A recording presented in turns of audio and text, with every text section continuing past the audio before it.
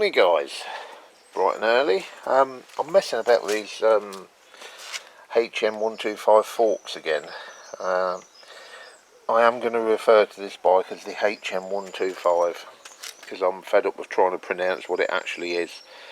And it's no good asking you guys unless you can write it down in some sort of way that, you know, that you can pronounce it, but we'll call it an HN125.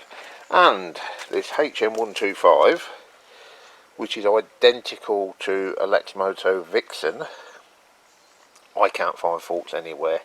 I've hunted high and low. There's two sets on eBay. One of them is asking 150 quid with 20 quid delivery, and to be honest with you, they're not much better than what I've got. 170 quid. He ain't going to sell them.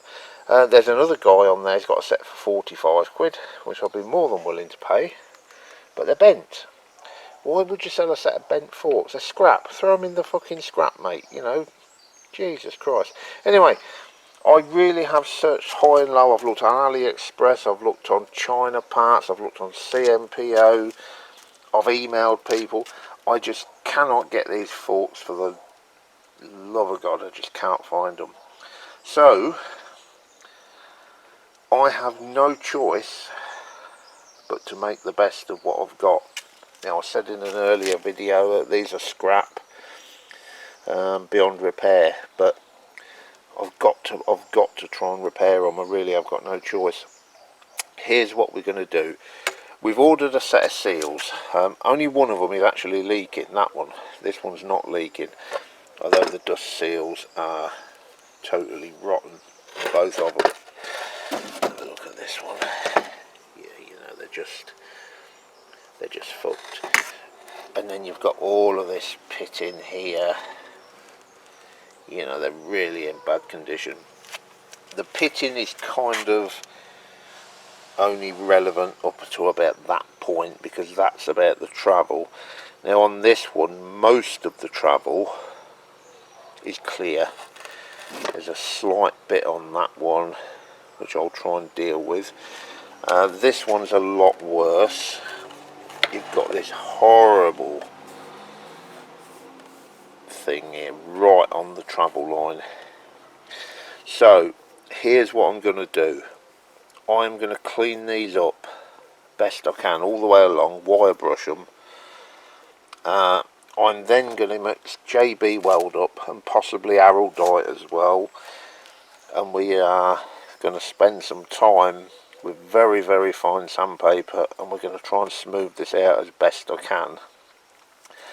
We're going to replace the seals, they're on order, and we're going to put a pair of gaiters on to cover that damage, hide it from the MOT man, to be honest with you, although, yeah, if they're not leaking they won't fail anyway, but just to tidy it up. Is that a bodge? Absolutely, 100% yes, that's a bodge, but I've got no choice. I cannot think of another way of getting this bike back on the road. So if a bodge is the only way to get it road legal, a bodge is what it's going to get. Is it unsafe? Absolutely not. The worst that could happen is that the fork seals will begin leaking again. But anyway, time to get my wire brush attachment, get these cleaned up, and get some JB weld mixed. We'll see how it goes. It may or may not work, but like I say, worth a go. Back soon. Right, I've gone over those with a wire brush. We'll give them a bit of a sanding. This is a very, very fine and very worn sandpaper, so we'll give it a clean up best we can. To be honest with you, the majority of the damage is in the non-travelling area, so I'm hoping this will work. If anybody comes up with a better suggestion as to how I can fix this bike, I'm all ears, I really am. Because this time it's not about money, It's just about having the parts available to fix the damn thing properly, and they're just not. And to be honest with you, this is now the problem with Chinese bikes. When people talk about Chinese bikes being crap, they really aren't. The FMI 156 engines and the FMI 157 and the FMI 139, they're all really good engines, they're reliable. The problem with Chinese bikes is one of after-sales support.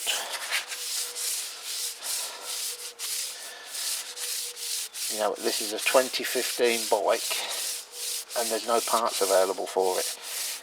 Yet I can get my well, I ain't got it now, but I have a 1975 Honda, and I could go to David Silver or any number of people and get parts for it. That is the problem with Chinese bikes, not one of reliability, which is the one that everybody cites. So anyway, that's come up quite nice, other than the obvious pitting. So I have some isopropyl alcohol here, which predominantly I use for computers and repairs on bits and pieces like that, but it's going to do a cracking job cleaning this up as well, I'm sure. Just get all the crap and grease and shite out of it. So there you go. That is what we're dealing with. Probably get some brake clean on that, actually, probably be better than this shite. So we are now going to mix up some JB Weld and see how we do. Right, we'll bring you back when I've done that. Morning, welcome back to Motorcycle Junkie. It's the next day, just opened my shed up, and we're going to take another look at these Bodgery forks, which if you watched the video yesterday, you'll see that there was we put JB Weld on to try and get around the pits in the chrome. So today we're going to try and sand them.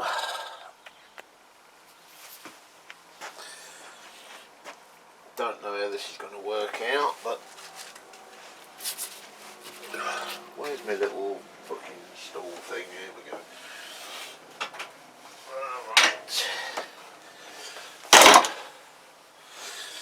Right, you lot can go over there.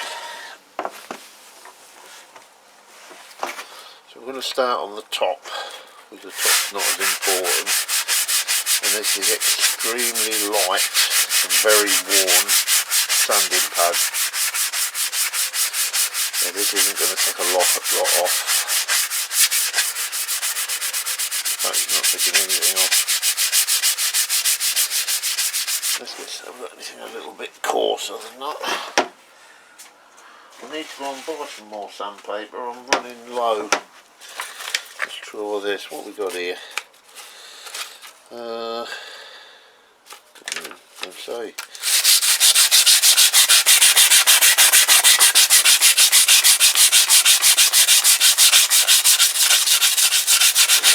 I certainly don't want to go too aggressive.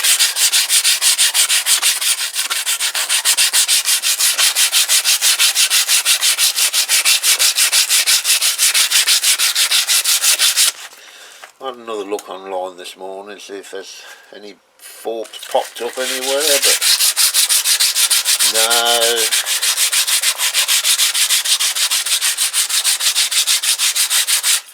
Let's just work on that one area there. I've never done this before, so I've no idea if it's going to work, but the fact that I can't find anybody else who's done it kind of suggests it's not a great idea.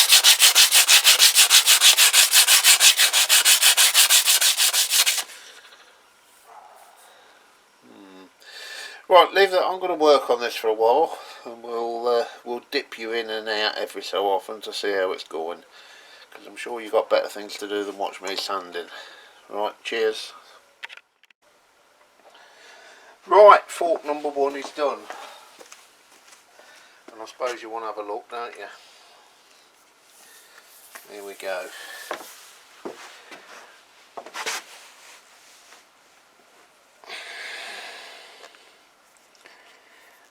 It's not great, I'll be honest with you. Hang on, let's get you in there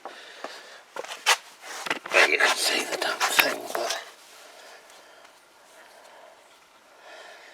it does feel smooth. Whether that's going to be smooth enough and not tear the seals up is another thing.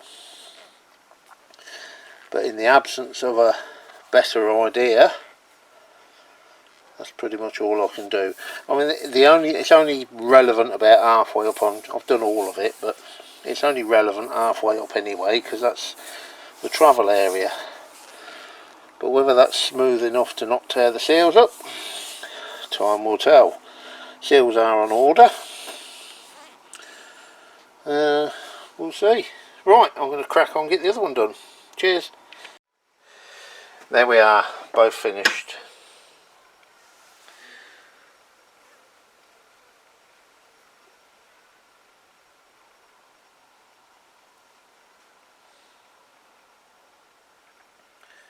Not happy with it. Well, when I say not happy with it, I'm relatively pleased with how they come out. I'm not happy with having to do that. I really want to replace the forks, but obviously it goes without saying, if anybody knows where I can get a reasonably priced set of forks for Huoniao, however you say it, HN125 or a Lexmoto Vixen, they're both exactly the same bike, or indeed if you're aware of another bike that uses identical forks, I'm all ears. I really do not want to put these back on, but you know, it's either put them on or the bike stands there rotting. Anyway, we'll put them aside, wait for the seals to come in. If in the meantime, between now and those seals coming in, a set of forks turn up, obviously we'll grab them and go that way. Anyway, for now, I'm going to call it a day. Might do a bit later, might add some onto this video, we'll see how it goes. Cheers guys. This is Motorcycle Junkie calling it a day. Thank you, bye.